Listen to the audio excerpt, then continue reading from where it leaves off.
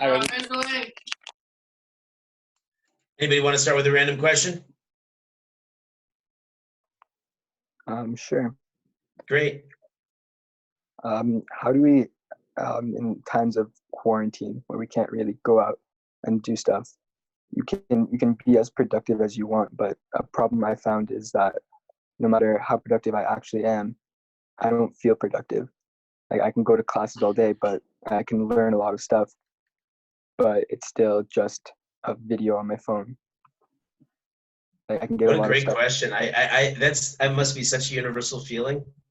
I have an initial, maybe like an easy answer is do things that you can finish and make a siyum, because then it's something concrete you can hold on to. It's not just that you're filling your days and minutes with busy work, but you're doing things that are substantial. Assume is a great accomplishment, and you should have a party with whoever's around and say some words, and you'll feel something. I mean, I don't know. I don't want to speak for you and put ideas in your head that maybe are irrelevant, but for some people, you've never been through the Tanakh before. It's a pretty important book. It's a bestseller, right? So just go through the Tanakh once and make a siyum. It's extraordinary. Brainstorm. I mean, you must have had a fleeting thought at different times in your life. Ooh, that's something I really want to do. Maybe that would give you, something that a little more. In Hebrew, you call it a sipuk, little satisfaction. Right. Anybody else have insights on that? Do you hear Yudah's question? Yeah. Yeah, right. I know that some of my students who are in Derech, before we started, now we're in full swing, but before we really started, they felt that like life was just one loop of, time sort of lost its differentiation. And I know it's going to sound funny, but I mean, it's great to be from at times like this, because, you got Shachris and Mincha and Mariv, and you got to learn, and, you have a lot of natural kinds of obligations that shape the days, give you structure and meaning and like that. So we're spoiled, in a good way, and they're very grateful to be back in the routine. Another student was talking to me today about motivation, and we spent some time. Like, he's just a great guy, really intelligent, really talented, just blah. Just doesn't do anything, which I imagine must also be rampant right now. Hi, Ben. And we're talking, brainstorming, what is it? Trying to pin it down. And it occurs to me also, as I'm speaking to him, this year and last year too, it was like marked decline and just motivation and just a general feeling of blah around the yeshiva, more so than I recall in the past. And then I hit upon something, and he said it was right, and it's a no-brainer, and I'm not saying anything that hasn't been said before, but except we nailed it, and that is, of course, that he's completely hypnotized by his phone, by the media, by the movies, and all the other stuff, the video games. And one of the residual effects that has is that it puts you in sort of a hypnotic trance. And you're in that trance, sort of looking around in the world. You see it on people's faces in Shiur. They just don't really care about anything. They just want to get back into their trance. It's so comforting. So I don't know if that's also welcome Yaakov, Ezra, Ben, and we're Yehuda Roth, who's a student from this year, is just asking, how do you deal with the monotony? And even when you're busy and doing things, it all kind of feels like one slog. And I'm just I said the obvious, which is to make siyums, but I'm also suggesting that an over-addiction to media might also play into that sense of just meaninglessness. And actually, that's a really nice segue. I have in my list of things, I have one thing that I had to remember to ask, and that is this same student then, it was a very inspiring conversation. The same student then, I said, he said, I can't go without the phone. I need whatever he needs. I said, well, 2 of my students have already, this year, actually 3 of my students got filters. And 2 of them were sponsored by big tzaddikim, former students of mine. And I said, do you want to get a filter? And he said, I don't know, hems and haws, and then comes back to me on his own initiative and said, yeah, can you find me a sponsor? So I know that the other two just got it for 189 shekels, which comes out to about $54. If anybody out there, don't volunteer right now, let's do this in private, which is the ideal tzedakah. If anybody wants to foot the bill for his tzedakah, you can send me an email. For a filter for him, it'll as the people, one of whom is watching right now, as people know, it's extraordinary. It could change a life. Quoting a great sage I know who got rid of his phone last summer, he said the difference between before and after, when he had the phone, without a phone, is now he feels he's alive. Why does it cost money, Rabbi? You could just do it on the settings. What's that? You could just put a filter on the settings. Why is it like for iPhone? I understand these things. It doesn't require any money. I don't know. Apparently not. Somebody else answer that for me. Depends what device you have. If you have an iPhone it does. Product, it's easier. But the iPhone, you can do it very easily and free. Also, if you're on Golan in Israel, they offer a free filter service as well. So if he has Golan, what is it, Golan or iPhone, he can get it for free. And if he doesn't, maybe he needs this, whatever. What's it's called something else? I forget now. Web cover? No, that would ring a bell. I don't know what it is. It's kind of all Tagged? Tagged? Well, yeah, tag. Yeah, so they do whitelisting for free. So I don't know how far your this guy wants to go, but maybe he should look at whitelisting. Tag whitelisting. But if he has an iPhone, he It's can like do it more intense. What? Okay. Yeah, I don't know how intense he wants to go right now. I think it's all preliminary. I mean, yeah, again, we're talking about really fresh. I floated the idea. He said, "Oh no," and then he comes back to me an hour or two later, and he says, "I think I'll do it, but I would, if I were him, I would probably start small and not overextend himself." It's a hard habit to lick. I don't have to tell anybody here, I imagine. Okay, Ezra Dubav, hi, welcome. Yeah, and Rob, also one thing I would add. Hi, Aviel. Yeah. Good. One more time, Ed. Also, one thing I would add to the previous subject of kind of feeling like you're not getting anything done. Oh, please, yeah. In a more practical sense, I would say, like, one, do work away from your bed, away from anywhere where you rest. Change your clothes. Right. That's very important. Thank you. Yeah. That's a familiar idea. And dress nicely. Look good. Exactly. You'll feel good. Yeah, it's a huge difference. And like I noticed it recently, like in the last couple of years.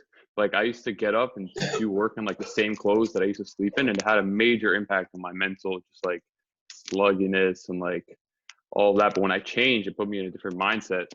So I would say work away from your bed, work away from anywhere where you would rest, work on a table, kind of like sit, not in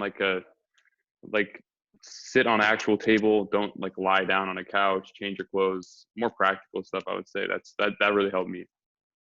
Really great. Thank you, Ed. And if anybody has other suggestions, I have another thing that maybe is also obvious. The world is in really difficult shape right now. The suicide hotlines apparently are off the hook, and the battered women's shelters, and depression is rampant, and we're in a position with modern technology, especially, to do lots of chesed. And that's, olam chesed yibana, we say. The pasuk says, the world is predicated on chesed. We should be doing it right now. We're kind of in this social distancing world. We're forgetting about other people, and that's a terrible tragedy. And old people are all alone, and it's the worst thing. You're old, you want your grandchildren around you, and you want to be part of things, and now they don't have anything. Right. So my wife and I are sitting and brainstorming, all the old people that we know, that it would be meaningful that we should have, now that we figured out Zoom, that we should connect with them. And the reactions, I'm sure some of you have done this, the reactions, we make their week, the whole thing, it just revolves around our interaction. And it's such a simple freebie. just do some chesed. I think Yehuda Roth asked this great question. Shammai, welcome. Yehuda Roth asked this great question. How do you shake up the day? How do you do things that are meaningful? It's so urgent right now. We got to reach out to people, and certainly old people come to mind, but not just. There are all kinds of people in great need.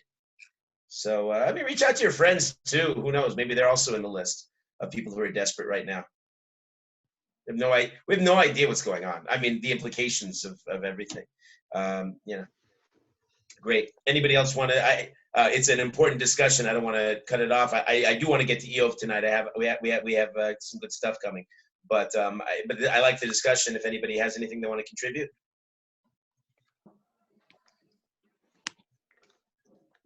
Iyov, it is. Okay. If anybody has a rejoinder, certainly stay on at the end, and any good insights are welcome.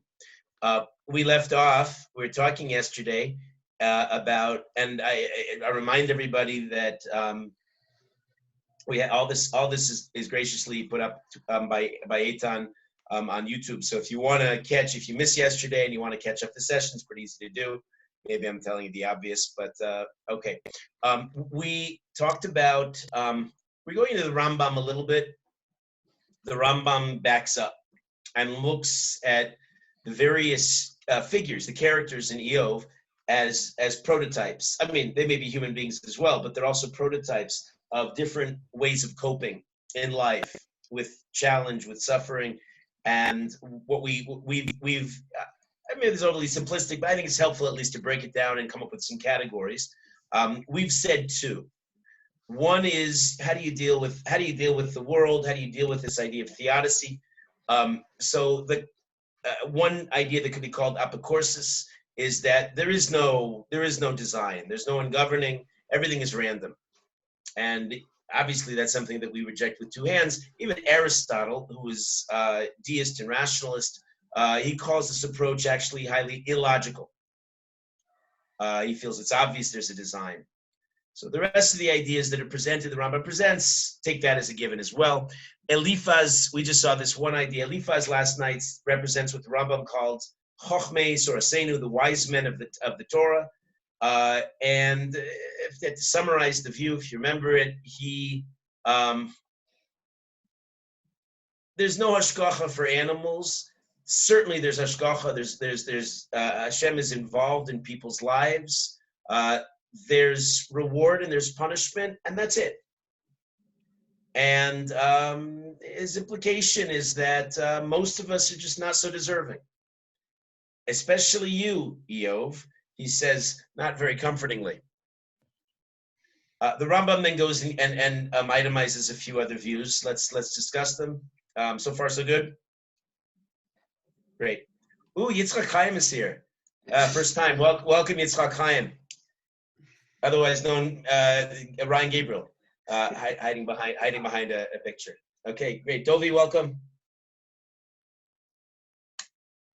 Great. Okay, so if you're just coming in now, try to figure out what we're doing. We're in the middle of the book. Everything is posted on YouTube, and we're going through the various approaches, some various approaches. I don't think this is a comprehensive list, certainly, but certain approaches to why it seems why we don't get justice and why it seems in a way that we don't understand there's suffering in the world. The third idea the Rambam itemizes, he attributes this idea to Iyov, especially in the third chapter, is what he calls Aristotle, the Aristotelian way of looking at the world. And it may be Iyov, but only in the beginning of the book. He's going to reject it later. And it's something that it's not just the Rambam. Ben, you quoted this in the name of the Ramban the other night. We've also said it in the name of the Malbim. And that is, he certainly believes in Hashem. And he adds, he says, there's order in the world. But this is an idea that we can call, and we haven't mentioned it here, something called hashgacha klalis. Is that a familiar concept? You heard the expression. It is what it sounds like. It's nothing subtle. Hashgacha klalis means, and keep it in contrast with the more familiar expression, which is hashgacha pratis. How do you define hashgacha pratis? Divine providence, like a divine. One more time, Shammai.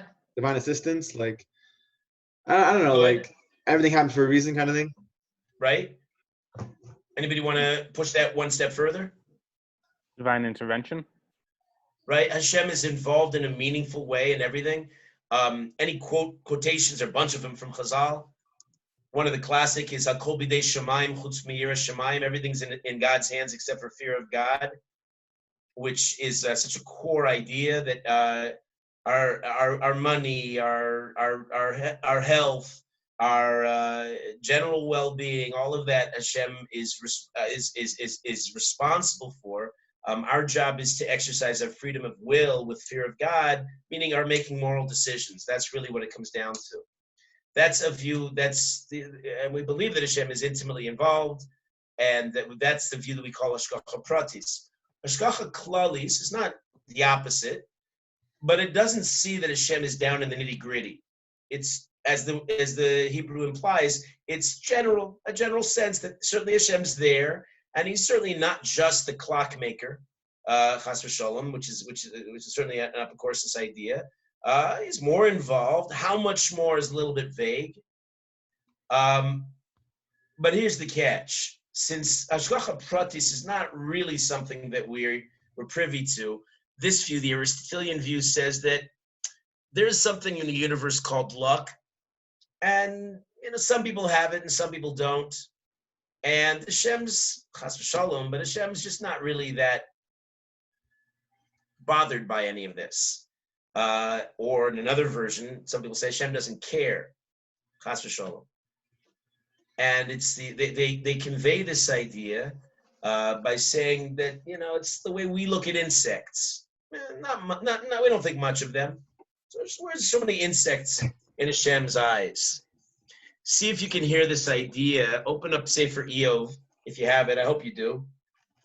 Open up to the 9th chapter. I'm going to be skipping a little bit, so I'm not going in sequence, but just to hear this idea, I think expressed poignantly. I mean, again, it's let me emphasize. It is a wrong idea. It's certainly not the traditional view, but it's one that Iyov is entertaining. And the Rambam says this in the Moreh Nevuchim specifically. He says it's important to identify problematic hashkafas to understand how we respond to them and why we might reject them. So here, listen to Iyov. Look at the 9th chapter, starting with the 22nd verse. Anybody who's just coming on and hasn't done this with us, I debated whether we do this in English or Hebrew. I'm doing it for all kinds of reasons in English, but you're encouraged to look at the Hebrew. It's certainly richer. In 22, Iyov, in one of the rounds that he has, these philosophical debates he has with his friends, he says the following: there is a thing because of which I said he destroys the constant with the wicked. 23, when Satan goes for the sudden kill, he mocks the rotting of the innocent. Sense of pointlessness and of innocent being subjected to the slings and arrows, the random attacks of the Satan, who takes no mercy, takes no prisoners.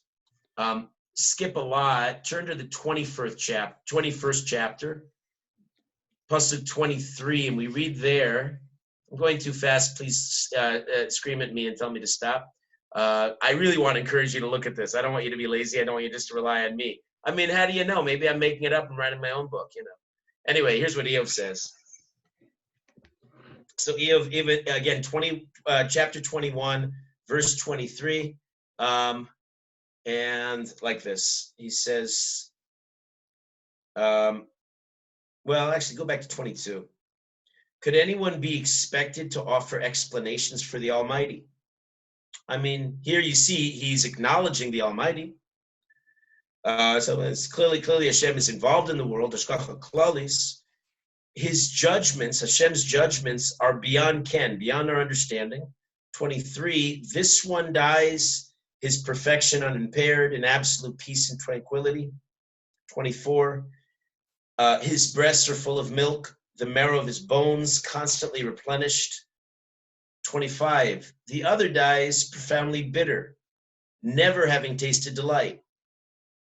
26, together they will lie in the dust, worms will blanket them. Okay, Yehuda, Roth, You there? No. Oh, because I was going to suggest to him, these are words to like cheer him up some. Anybody else just want to like go and mope in the corner right now like me?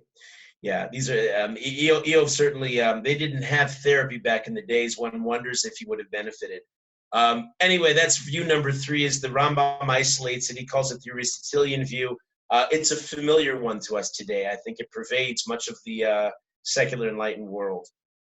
Number 4. Number 4 is a Muslim view. The Rambam calls it the Mutazila. We would know from these things. Remember in the heyday of the Muslim Renaissance, they didn't call it the Renaissance, but I'm using a term to give some sense, the Golden Age in Spain especially, the Muslims were at the cutting edge of much technology, much innovation and the culture and the arts and in philosophy. And they were deep thinkers. And this is a Muslim idea called the Mutazila. The Rambam sees Bildad, who we haven't met yet. Bildad is the second of the friends. He sees many of these ideas in Bildad's words. And here's the gist of it. I'm breaking it down and summarizing it. I hope I'm not dumbing it down too much, but I think it's helpful to summarize and at least give bullet points. Iyov especially is a tough book. And to put it in some clear, accessible terms, I think is certainly one of my goals here. So the idea is like this, Mutazila. The world is just. Has to be. Hashem is just. Even though it may not seem so. And if it often doesn't seem so, okay, that's the way it is. It's just anyway. There's almost no relating between that statement, which comes down like a slab of concrete on the ground, versus the human experience. Human experience is whatever it is. It feels just. We don't get it. We don't. Be quiet already. It's just everything's good. Because this is a means. Why is Hashem runs the world in this way? Everything that happens to us, and maybe even especially what we perceive as the suffering, all this increases our reward in the world to come. Actually, this idea at least has a piece in Jewish thinking too, with the concept of Yisurin Shel Ahava. Anybody familiar with that expression? Yisurin Shel Ahava comes up in the first chapter of Brachos. Somebody want to give a nice definition? It's like when Hashem gives like Yisurin, like pains to certain tzaddikim in order to get their like misdeeds out of the way in this world. It could be to get the misdeeds out of the way in this world, but even in a more lofty sense, sometimes there are no misdeeds, or it's not about the misdeeds. It's simply to amplify their reward in the world to come. Oh, wow. It may not be at all corresponding to any misbehavior in this world. Again, the term is suffering of love. It's Hashem's love for the person, enabling him, and there's a profound explanation of this, a very famous one in the Pnei Yoshua that I don't plan on doing, but I could be motivated to. It's pretty heavy and complicated, but it's great, and it's a reference you want to look up one day. Pnei Yoshua talks about Yisurin Shel Ahava. I think it's in the first chapter of Brachos is where you'd find it. And now there though, we're saying a very particular. That's just for a very select crowd. I don't know about. I mean, a lot of people here actually probably would be relevant to. It's really not relevant to the likes of most of us. And big tzaddik can get Yisurin Shel Ahava. But in the Mutazila conception of the world, apparently it's much more common. Like for everybody, you suffer, it'll be better for you in the world to come. He broadens the net. He says even animals have some kind of a soul, and they're going to be rewarded in the world to come. That's in contrast with what we said in Eliphaz's ideas. It's certainly the contrast with the Torah view. We don't think animals are subject to reward and punishment. They don't choose. They don't have freedom of choice. But okay, this is Bildad. This is and it seems to be connected with this Muslim idea. It's also interesting. He says.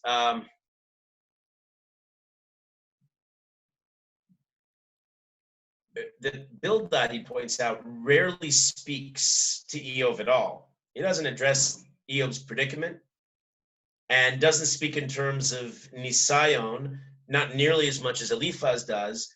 And that's how he kind of, he says he subscribes to this Mutazila idea that, yeah, it's not really about you, and it's not important to start analyzing what you're suffering and what you've gone through. It's Hashem's just, period. Now, Rambam editorially, comments on this and says that this is not the Jewish view. Olam Haba is not for animals. It's purely for learning Torah, and it's not equitable. It's people who merit get the goods. You don't get it just because you suffered. Bildad, yeah, go ahead. Someone already asked. I don't know if someone already asked. Said, but are all these people Jewish? All his friends, are they Jewish, or are they? Oh, no problem. Yeah, no, we talked about that. First of all, we don't know. Hotly debated, especially the Gemara Baba Basra. It seems a dominant view regards them, and many views regard them as non-Jews.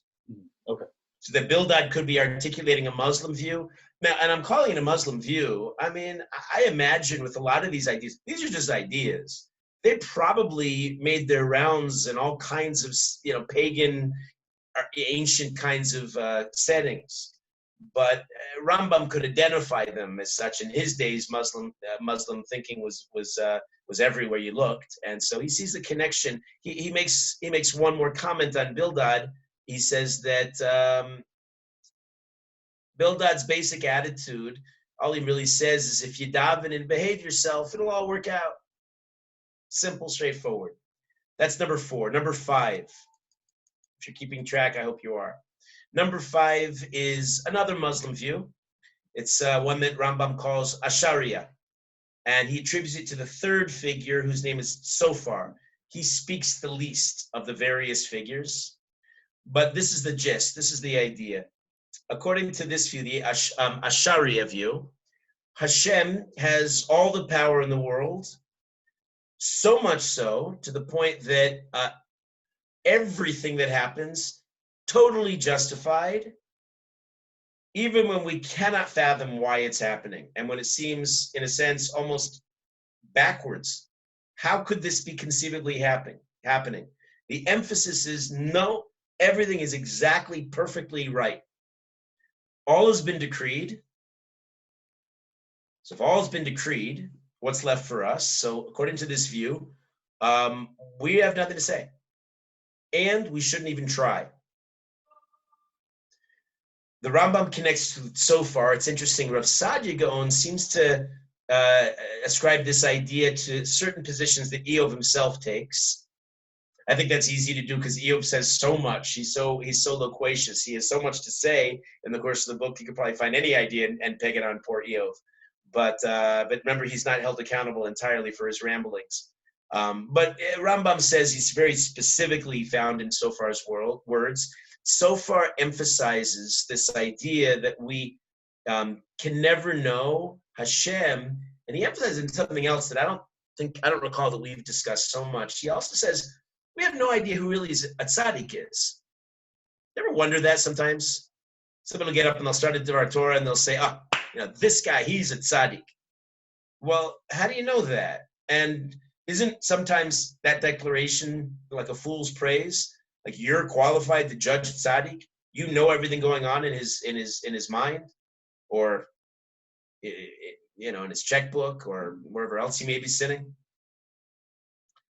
We don't know. It's a very reasonable point. How does anybody know anything? How does anybody know anybody else? I mean, we barely know ourselves. So we can say with confidence this person's a tzaddik.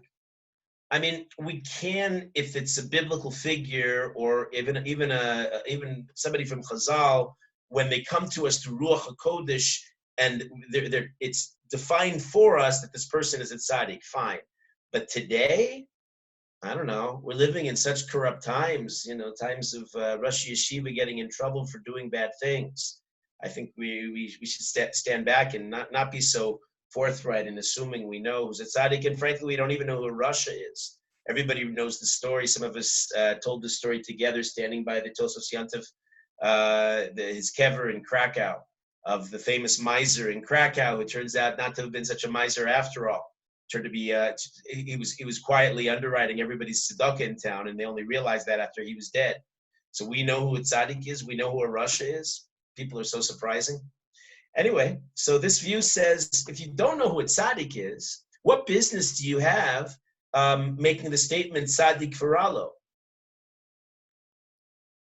I add to this equation. These are all these are ideas that are worth our discussion, even if they're not classically Jewish ideas. They incorporate certain ideas that are worth consideration. You know, we don't know tzaddik, we know what Russia is, and I add to this also. We don't know what Ra, and we don't really know what Tov are. What do I mean? I mean, this is really an easy, obvious point, but somebody's got to say it. I don't think we've said it in our many sessions together, and that is. I don't know, think about what we associate with great reward in life, wealth.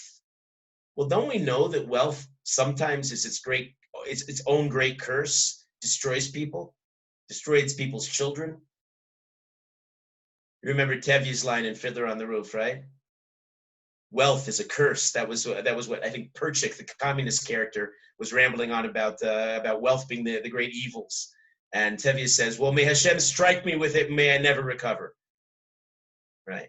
But it's true, though. I mean, wealth actually, I wouldn't mind some, frankly, right now. But it also can be really a terrible punishment. And the converse is maybe even more familiar. Sometimes we go through harrowing experiences. We experience deep pain and suffering, often without understanding it. But sometime afterwards, we look back at the period and we say, well, that was the best time in my life. It slapped me into shape. I would not be the same person without it. And it was, as the expression really goes, it was a blessing in disguise. So actually what masquerades sometimes as Ra is really Tov, and what's Tov is really Ra, and a tzaddik may really be a Rasha, and a Rasha may be a tzaddik, to the point that we take a step back in humility and wonder, I don't know anything. Well, that's where this idea, what Rambam's attributing to to Tzofar, and what he identifies as the Ashariya idea, but they take it to an extreme. They say that we're not even involved in discussion. Then, therefore, we should just be quiet altogether. The Malbim also has a comment that's relevant here. Tzofar emphasizes the limits of human understanding. So much so that the human shouldn't even engage in a discussion. He rarely mentions Hashem's role, because if we can't predict his ways, what business do we have assessing his involvement in the world? It's with this attitude, and this Rambam says this was a very Muslim kind of way of looking at the world, then if one succeeds in this world, maybe you can say, maybe it's a sign that Hashem is pleased with him. Meaning it's an attitude, unlike the previous one, that allows for the possibility of hashgacha pratis. But what's key about this, and there may be hashgacha pratis here, but there's no yachas, there's no connection. Right? Hashem's there, but he's so far removed that it's not, I don't feel that involvement. And that's the part that we have to kind of look at and wonder at. Because we believe that Hashgacha Pratis indicates that Hashem's deeply involved, he cares very much, and he says, Bobola, pour your heart out to me in davening. Right now, I want to hear you right now. Right? There's that kind of very close, intimate friendship, a deep relationship we're supposed to develop, cultivate with Hashem, that I think makes us hear some of these ideas, and it leaves us uneasy, even though they have some truth to them. Okay, we've outlined a lot of heavy ideas. I've done a lot of talking tonight. We heard about the Apicorus. We heard about the Chochmei Sorasenu as embodied by Eliphaz. There's Aristotle himself has his own view. The Mutazila / Bildad. There's that Sharia so far, and then comes. And well, actually, let me breathe and let me look around for any comments. So it seems like for the most, like, I see what we just spoke about Sharia. It seems like you find almost every aspect of it in Rambam's Hilchos Tshuva, minus that last part, which was going to be my question of, how is this different than Rambam? So minus the part about the Hashgacha Pratis, but for the most part, there's a lot of overlap. It's not so clearly divided. There's different emphases, maybe. Right. Did I just answer the question? I think so. Yeah. Yeah. Okay. Fine. Ready for the last one? Okay, here goes. This is Elihu, and at the risk of introducing him too early, we're not going to be seeing him. Well, I'm going to be moving quicker now. We're not going to be seeing him for a little bit yet, but he's an important figure, even though his appearance is much, much later and it's brief. Chazal identify Elihu alternately. According to one opinion, he's Yitzchak Avinu. Oh, okay. That makes him suddenly very significant. Stand up and listen. Alternately, another opinion, and this one is shocking in contrast, is maybe he's Bilam, but it's Bilam in its best iteration, being prophetic and speaking for Hashem. Everybody agrees that Elihu's tzaddik and his ideas are good. And he says as much. And the real clincher is the fact that when HaKadosh Baruch Hu puts in an appearance at the end of the book of Iyov, he seems to reinforce everything that Elihu says. Here's a brief summary. We're going to say more later on, but here's Elihu's idea about suffering and about all these themes, Tzaddik Faralo, Rasha Batovlo, and everything else we've been talking about. From Elihu's perspective, is that Iyov should never have been asking his question in the first place. Why me? And that even though he asked a question, he probably won't receive an answer, and it doesn't matter. He doesn't receive an answer. Maybe I've given away something too good, but the truth is I've kept my cards to very close to my chest. I haven't revealed the good stuff that's coming. There's a lot. It gets very dramatic, so trust me. But I'm giving a little bit away about what's coming.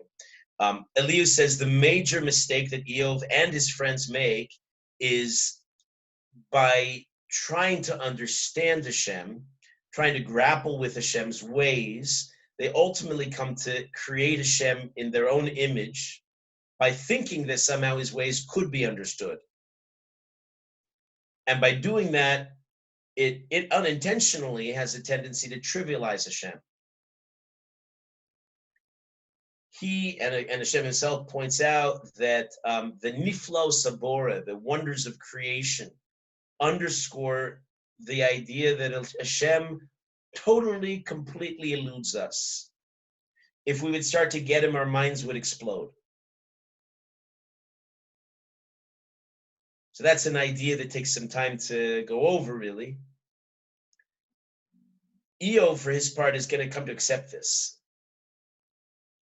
The idea, it's embodied in a famous Gemara in Shabbos. In Shabbos, we hear, Osi me'ava usmeichim b'yisurin.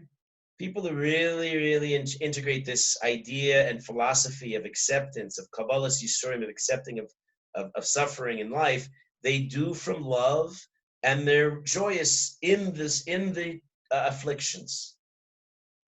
Rashi there says, whenever they get insulted or whenever misfortune befalls them, they take it really very well. They welcome it. They understand that there's a divine purpose, even if they can't figure it out. As Nachumish Gamzu says, Gamzu Latova, or as Rabbi Akiva says, Kol da'abid Rahmana Datavavrid, everything that Hashem does is ultimately for the best. These are some of the ways of dealing with it, and I think it's important in a heavy book like this to have some clarity, to see there are different emphases and overlapping, true, but still different emphases, and trying to come to terms. Some of them we reject with two hands, and some of them really are the bottom line. There's something interestingly absent here and in much of the discussion that you have to at least point out. There is no mention in all of Sefer Iyov, and frankly, you could make a claim that maybe even the entire Tanakh, of one concept. Anybody know what I'm about to mention? Something that hasn't come up, and it's almost like the elephant in the room, because like, shouldn't you bring up this at least in 2 words? No? I know I realize I shouldn't set up such a riddle, because then you're going to guess and be wrong, right? Free will. It's what? Say it again, Elio. Free will, maybe. No, we've talked about free will. Yeah, right. It's a good guess, but no. I mean, and free will is all over you. No, Olam Haba. Anybody struck by that? There's no mention of the world to come. I mean, shouldn't that be all over the discussion? I mean, think about it, right? Okay, so if there's no reward in this world, there's the next world. But Iyov doesn't talk about that. I guess the truth is in the Mutazila, I think I did talk about, I alluded to Olam Haba, but that's the Muslim view. Iyov and his friends never go there, not explicitly. You can read into it. Look, I mean, it's certainly alluded to, and Chazal find many references. Probably the most famous is Yaakov Avinu almost reveals Achris Yomim, which includes the notion of Olam Haba. It's a separate discussion for a separate, it's not my project, but I just refer you to this. Our Barbanel discusses this and gives 7 answers why Olam Haba doesn't come up. He writes about this a lot. Let me digress just for a moment and talk about the Barbanel. You're familiar with who the Barbanel was? Yeah. So Barbanel, Dan Yitzchak Barbanel was one of the great Jews. Genius, Talmid Chacham, wrote his great commentaries when he wasn't busy in politics. They came gushing out of him. Some of you who took the history must remember I described this with great excitement because there's no like the Barbanel. Today it's a very common last name, and the expression goes, you should know my source of pride is my last name.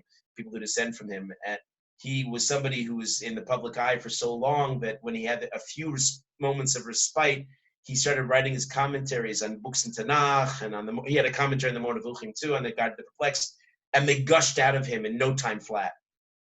One imagines that if he wasn't so busy with public life, that he would have had much more. He would have produced many more accomplishments. One of his books, though, that he writes, and he writes for his harried generation, is about these themes, about suffering and about Mashiach and about Olam Haba. They really needed to hear this. The Spanish Jews had been through everything. Forced conversion and the Inquisition and finally expulsion, and they were besides themselves. And comes the Barbanel and tries to put it in perspective. Okay, we have some time, and I'm glad I would like to look briefly at some things in the 6th chapter. If you could take out Iyov again. The Ramban, in discussing the 6th chapter, remember now what's happened. I mean, the first few chapters are full of narrative. Then we go philosophical, and Iyov speaks. Eliphaz has just finished his first round, and now Iyov is responding. And Ramban sees here a major transformation in Iyov. He, on the one hand, he seems to reaffirm that Hashem is the source of everything that happens. That much has not been shaken. But, and Eliphaz has said as much as well, and he says, yeah, good. But he has not found this comforting, with all due respect to Eliphaz. He says the realization now absolutely torments him. We actually saw a little bit in the 6th chapter, if you remember, and we saw this. He finds it a source of great anguish. He says that he thinks that Hashem's very greatness, he's now articulating the Aristotelian view, as we just saw in the Rambam, makes Hashem indifferent to our suffering. God forbid, chas v'shalom. But that's how Iyov's now experiencing life. He now sees his past in a negative light. He's lost hope in the future. And the present is unbearable. His suffering is too out of sync with, he feels, whatever I might have done wrong, but my shortcomings, okay, but how do I deserve this kind of a punishment? And he's come to this. He's not blaming Hashem for what he's implying is an injustice. Hashem's too great and far removed from little old me, my petty existence. And that's the classic Aristotelian response. I'm saying this, I don't know if anybody agrees or disagrees. Is it just my perception that this is the dominant worldview that one sees all around? I don't think that the world is so heavy with atheism. I think people subscribe to a belief in the Borei Olam. It was interesting. But I think they feel themselves to be cogs in a cosmic a machine that's going around, and that they're simply just Hashem could care less about them. It was interesting in the political realm with the COVID response that Governor Cuomo, who the media is focusing on his he's a darling of the media now. Yeah, right. So he said a line that was the numbers are down, and he specifically says, Chas v'shalom, God didn't do this. This is all us. Whereas Vice President Pence very much said, thanks to our prayers. I thought that was a very interesting juxtaposition of the two, I guess, ideas that have been the coronavirus responses by most people. Well, I think they're each playing to their constituencies, blue states, red states. Maybe a little bit. Well, Pence is also a Yeah. very religious Christian. So Pence is a religious I Christian. know. Well, I'm saying Republicans. I'm saying he's playing to his own crowd. Right, I guess. Yeah, Right, but that was my those are his intention. beliefs, though. Those, yeah. Yeah, that's Right. what he holds strong. Right. Okay. That's a little bit removed from what we're saying here, and Iyov's terrible suffering and terrible response. I mean, people who have this worldview, I think the worldview itself is its own punishment.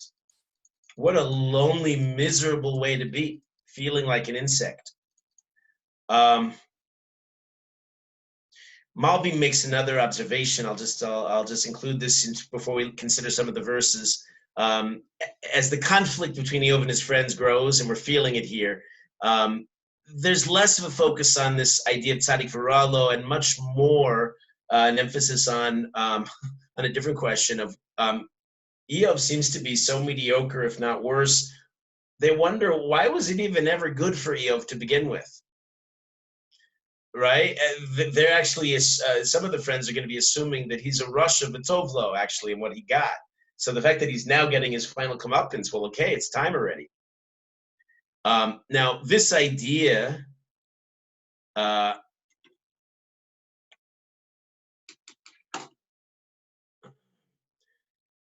right? It's a harder equation, this one. Maybe Russia doesn't enjoy his, tov, the good things that are around him so much, because like Iyov, he's always afraid that maybe, with all this good stuff, I'm going to get it one day, and I'm going to be punished maybe with this. I think a lot of this, the American culture has been commented a lot. The American culture is this weird, toxic mixture of the Puritan Christian conscience with the profligate free love of the secular Enlightenment. So it means that they lead a life of sin, but then wake up feeling guilty about it and never take pleasure in it. So, that part of the equation, we sort of understand. It's the other side that's a little harder. It's tzaddik v'ralo. Really, in Koheles, we know famous verse, Ki Adam ein tzaddik ba'aretz asher yaseh tov v'lo yechata.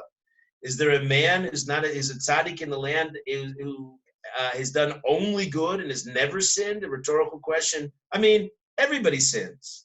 Meaning, how can anybody argue tzaddik v'ralo? I mean, anybody could really full brazen face stare in the mirror and say, I deserve anything? The debate's going to go around 3 times. We'll close tonight with a couple psukim. Iyov's response and some of the ideas as we're seeing them. Open to the beginning of the 6th chapter and consider the 2nd verse. Again, we saw this before. Let's see it again. Vayan Iyov vayomar lu shakol yishakel ka'asi va'isi b'moznaim yisu yachad.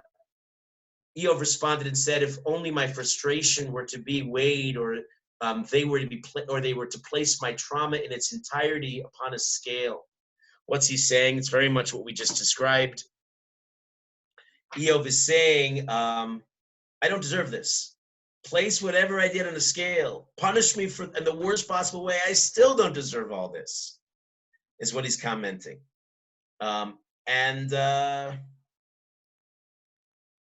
He's not getting much comfort.